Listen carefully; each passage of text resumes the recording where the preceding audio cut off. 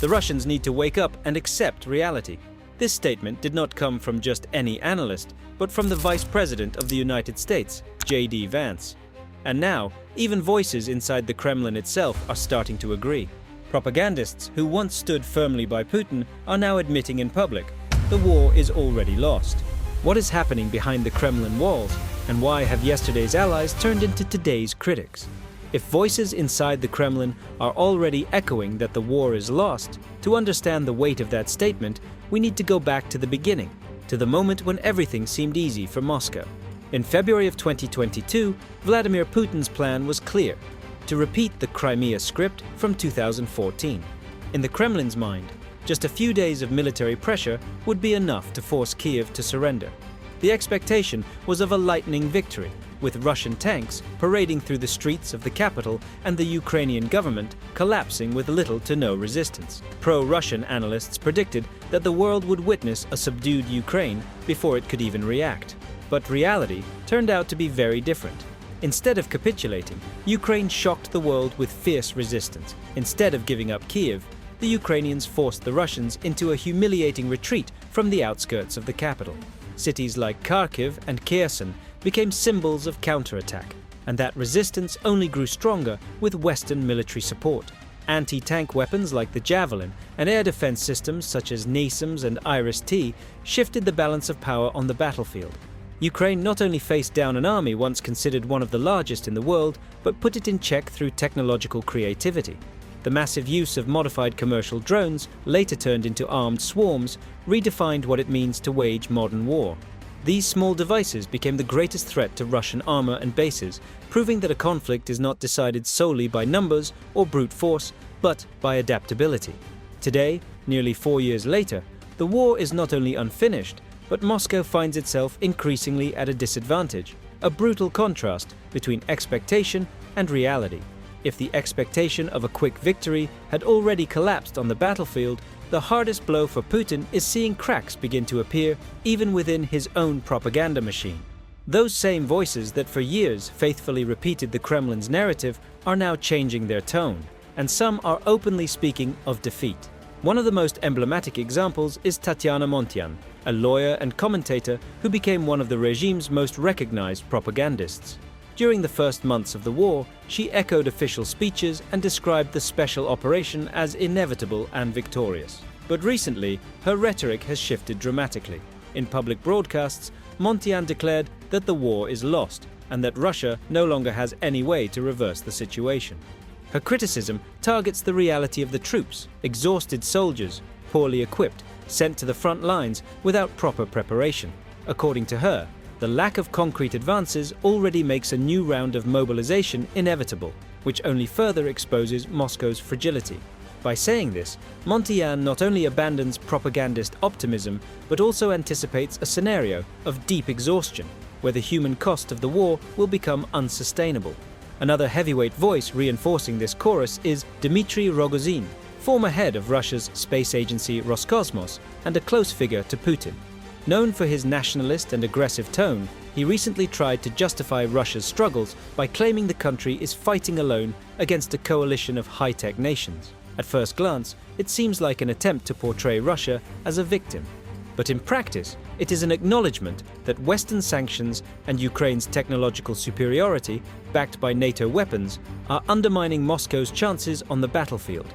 By admitting that Russia is facing an entire coalition, Rogozin weakens the image of absolute power that the Kremlin has always tried to project. At its core, it is a confession that strategic isolation is exacting a much higher price than Moscow ever anticipated. Perhaps, however, the most striking criticism comes from Pavel Gubarev, one of the first pro-Russian leaders in Donetsk, known since 2014 as the region's people's governor. Once a symbol of Russian expansion in eastern Ukraine, his words now reveal clear disillusionment. Gubarev stated that the war is at a true stalemate, and that this stalemate, in practice, already amounts to a defeat for Russia. Even more damning than acknowledging stagnation is his accusation that Russian propaganda is deceiving its own people with false promises of victories that do not exist. For someone who once stood at the forefront of Moscow's expansionist project, this declaration signals that the official narrative has lost credibility even among those who once upheld it. These three voices, Montyan, Rogozin, and Gubarev, represent different spheres: propaganda, the political elite, and field leadership. All of them, in different ways, converge on a central point: Russia is not heading toward victory. For Putin, this type of public discourse is dangerous because it does not come from traditional opponents, but from figures who, until recently, were pillars of his regime. And if the word defeat is beginning to echo even inside the Kremlin, the real question is how far these voices will carry, and how Putin will react to this crisis of confidence inside his own house. If isolated voices already expose the weakness of the war, what truly worries the Kremlin is when its own propaganda machine starts showing signs of wear. After all, for more than 2 decades, Putin has relied on near-total control of information, turning state media into a direct arm of power. But now even that shield is beginning to crack. A clear example came on the talk show Meeting Place, broadcast on the state-run NTV channel. Traditionally, this program serves as a showcase for the official narrative, repeating figures and speeches prepared by the government. But in a recent edition, a guest dared to question the official data about Ukraine's alleged losses. He stated on camera that the numbers made no sense and that the Kremlin was lying to its own people. The moment was brief, but the message lingered. Even in one of the most tightly controlled spaces, the official version can no longer stand unchallenged. An even more embarrassing case occurred when the Russian Ministry of Defense published a map to illustrate supposed territorial gains at the front. The problem was that the map was outdated, more than 50 years old, and was quickly exposed by independent analysts and journalists. The attempt to exaggerate achievements turned into a public embarrassment. By presenting an obsolete document as proof of progress, the Russian government undermined its own credibility. For a regime that depends on manipulating symbols and data, watching its narrative dismantled in public is a clear sign that confidence is no longer absolute, even among those who want to believe. Since the beginning of the invasion, Russian losses have mounted far beyond initial estimates. Hundreds of thousands dead and wounded in exchange for minimal gains, often reversed within weeks, have created the perception of a pointless sacrifice. This makes any attempt to announce a new mobilization even more delicate. Putin remembers well what happened in September of 2022, when hundreds of thousands of military-aged men fled the country to avoid conscription. The measure triggered protests, internal criticism, and widespread unease among Russian families. Now, with even greater exhaustion, any new mobilization could turn latent discontent into open rebellion.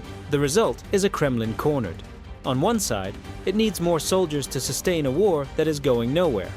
On the other, it knows Russian society is increasingly unwilling to pay the price. When state media can no longer maintain the illusion, when the defense ministry's blunders become jokes, and when soldiers' families begin to protest openly, the official narrative that once sustained the regime starts to collapse.